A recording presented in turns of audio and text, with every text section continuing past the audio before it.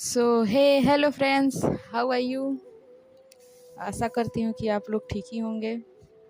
तो चलिए कहानी के लास्ट पार्ट में जान लेते हैं कि क्या हुआ था। तो कहानी के लास्ट पार्ट में हमने सुना कि मानवी जो कि इंडिया वापस आ चुकी थी और वो खुराना मेंशन जाती है।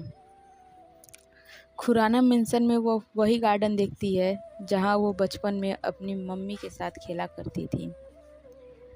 तभी वहाँ एक गार्ड आता है और मानवी से कहता है कि मैम चलिए, आपको बड़ी मैम बुला रही हैं। ये सुनकर मानवी एक बार फिर गार्डन को देखती है और अंदर की तरफ अपने कदम बढ़ा लेती है। अब इसके आगे हाल में महिमा जी और आरू बैठे हुए थे। दोनों ही मानवी का आने का इंतज़ार कर रहे थे। तभी मानवी को अंदर आता देख आरू जोर से चिल्लाती है, दी, और जाकर उसके गले लग जाती है।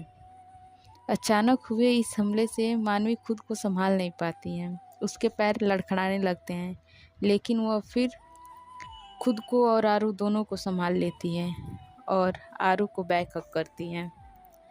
काफ़ी देर गले लगे रहने के बाद मानवी आरू को खुद से दूर करती है और बड़े प्यार से उसके गालों पर हाथ रख के पूछती है, कैसी है आरू और कितनी बड़ी हो गई है।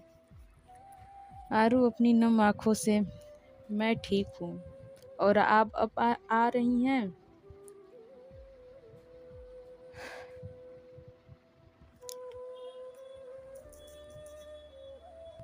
अब जब आप आ ही गई हैं तो मैं और भी ठीक हो जाऊंगी। आई रियली मिस यू दी। अब आप मुझे छोड़कर कभी नहीं जाओगी ना। और फिर से मानवी के गले लग जाती है और रोने लगती हैं। आरू को रोता हुआ देख मानवी बड़े प्यार से उसके सर को सहलाते हुए बोलती है, अरे पगली, रो क्यों रही है, मैं अब कहीं नहीं जाऊंगी। जिस पे आरू बड़ी मासूमियत से कहती है, सच्ची में। जिस पर मानवी मुस्कुराते हुए हाँ में अपना सर हिला देती है। लेकिन तभी अचानक वो चिल्लाते हुए आरू को अपने से दूर करती है और दूर करके बोलती है, आरू ये तूने क्या किया, मेरी पूरी शर्ट खराब कर दी। जिस पे आरू कहती है, ये आपकी सज़ा है इतने साल मुझसे दूर रहने की। इतना कह वो अपनी बत्तीसी चमका देती है। दरअसल हुआ यूँ था कि रोने की वजह से आरू की नाक भी बहने लगी थी, जिसे वो मानवी के शर्ट में पोंछती और उसका शर्ट गीला कर देती है। आरू की बात सुनकर मानवी पहले तो उसे घूरती है और फिर उसके कान खींचते हुए कहती है, बहुत बदमाश हो गई है। अपनी बड़ी बहन के साथ ऐसा कोई करता है भला। भाई हमारी आरू कहाँ कम थी, वो ठहरी नौटंकीबाज। वो दर्द का नाटक करते हुए कहती है, दी छोड़ दो ना, दर्द हो रहा है, फिर कभी ऐसा नहीं करूँगी। जिस पर मानवी बोलती है, नहीं रुक बेटा, तू बहुत बदमाश हो गई है। आरू अपनी पपिस आइज से देखते हुए, प्लीज़ दी, गलती हो गई, छोड़ दो, आई एम सॉरी प्लीज़। आरू की पपिस आइज को देखकर मानवी भी पिघल जाती है और आरू के कान छोड़ देती है। कान छूटते ही आरू कहती है, दी आपको उल्लू बनाना कितना आसान है। इतना कह वह अपने रूम की तरफ भाग जाती है। मानवी और आरू को देखकर कोई नहीं कह सकता था कि ये बहनें हैं और ये पहली बार मिल रहे हैं। भले ही कभी भी ये नहीं मिले हो, लेकिन आरू अपनी हर बात मानवी से शेयर करती थी। आरू ही थी जिसकी वजह से मानवी मुस्कुराती थी। मीलों दूर रहने के बाद भी दोनों का बॉन्ड इतना स्ट्रांग था। आरू की एक बचकानी हरकत पर मानवी खुद को मुस्कुराने से नहीं रोक पाती है और फिर महिमा जी के पास जाती है और उनके पैर छूकर कहती है, कैसी हो दादी जी।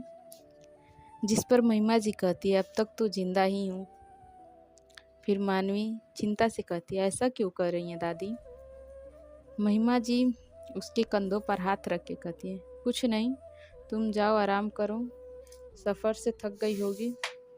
डिनर के बाद मुझसे मिलने स्टडी रूम में आ जाना। इतना कह महिमा जी वहाँ से चली जाती हैं। मानवी भी दादी जी को जाता बड़ी हैरानी से देखती हैं और फिर ज़्यादा कुछ न सोचते हुए मानवी भी अपनी रूम की तरफ चली जाती है। उसका रूम सेकंड फ्लोर पर था और उसका room grey and white theme में बना हुआ था। मानवी पूरे रूम को बड़े ध्यान से देख रही थी।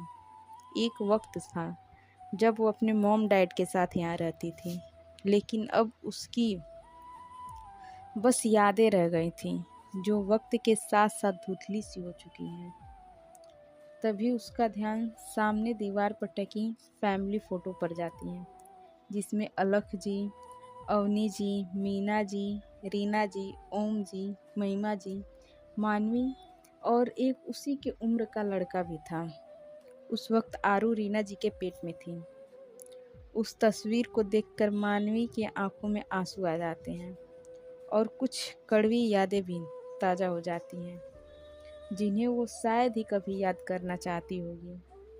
ये सोचकर मानवी का सर दर्द करने लगता है। मानवी से ये सब अब सहन नहीं होता है, इसलिए वो वॉशरूम में चली जाती है और वहाँ पे शावर ऑन करके ठंडे पानी के नीचे खड़ी हो जाती हैं। इस वक्त उसकी आंखों से आंसू लगातार बहे जा रहे होते हैं। उसे वो पल याद आने लगे जब वो कितना खुश थी अपनी फैमिली के साथ, लेकिन अचानक से सब बदल गया।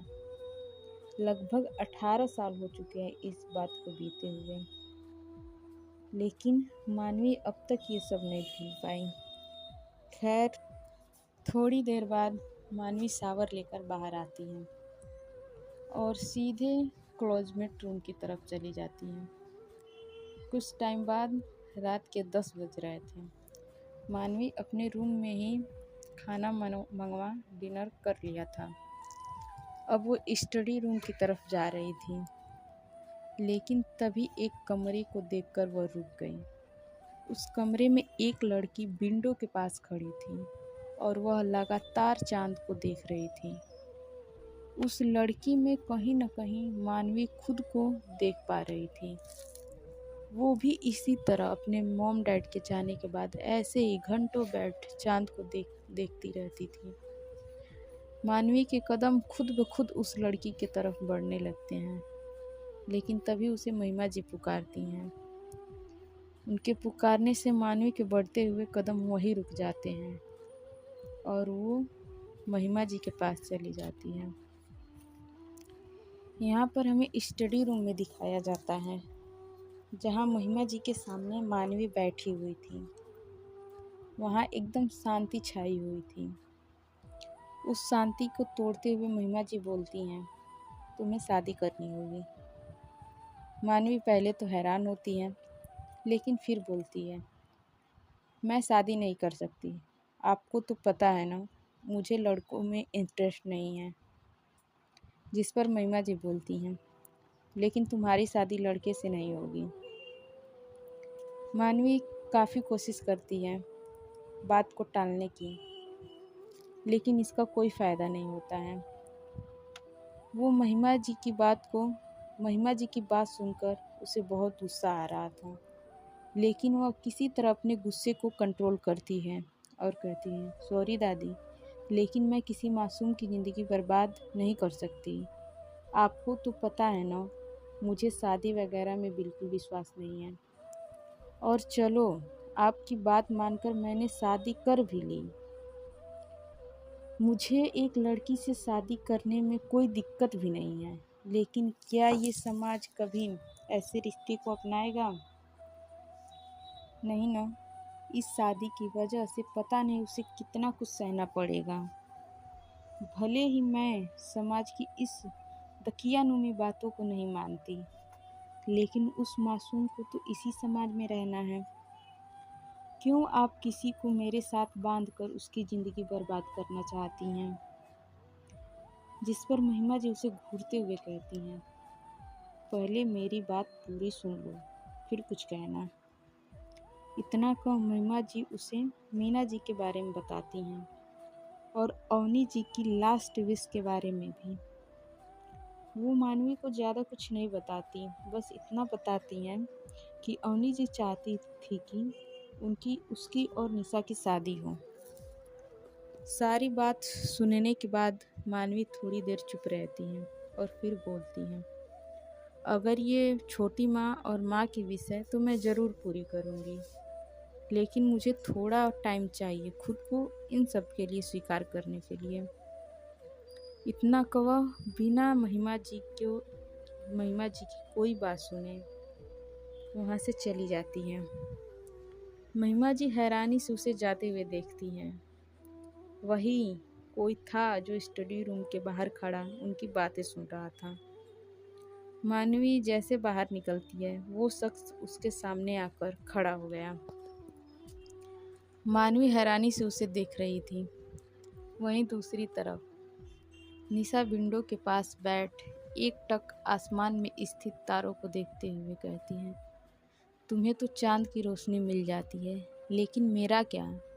मेरी जिंदगी में तो एक ही इंसान था, जो थी मेरी मम्मा, मेरे जीने की मुस्कुराने की वजह। उन्हें भी आपने मुझसे छीन लिया। अब मैं किसके लिए जीऊँ? इतना कहते हुए उसकी आंखों से बहते हुए आंसू गालों पर आ गए, लेकिन वह उन्हें नीचे गिरने से पहले ही पोंछ लेती है और कहती है, मैं तो रो भी नहीं सकती। मम्मा को प्रॉमिस जो किया है, मुझे क्यों जिंदा छोड़ दिया भगवान? मुझे भी अपनी मम्मा के साथ बुला लेते। क्या आप मुझसे प्यार नहीं करते जो सिर्फ आपने मेरी मम्मा को अपने पास बुला लिया? जवाब दो मुझे। इतना कह निशा का मन जोर जोर से चीख चीख कर रोने का कर रहा था, लेकिन वो रो भी नहीं पा रही थी।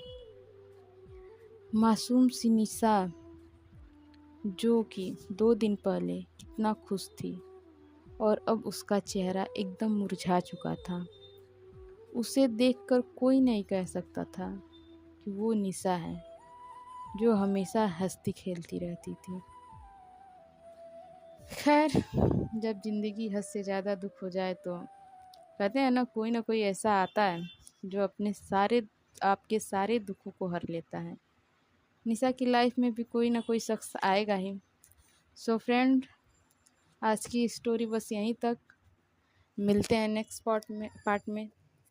तब तक के लिए tata, bye bye, take care and good night.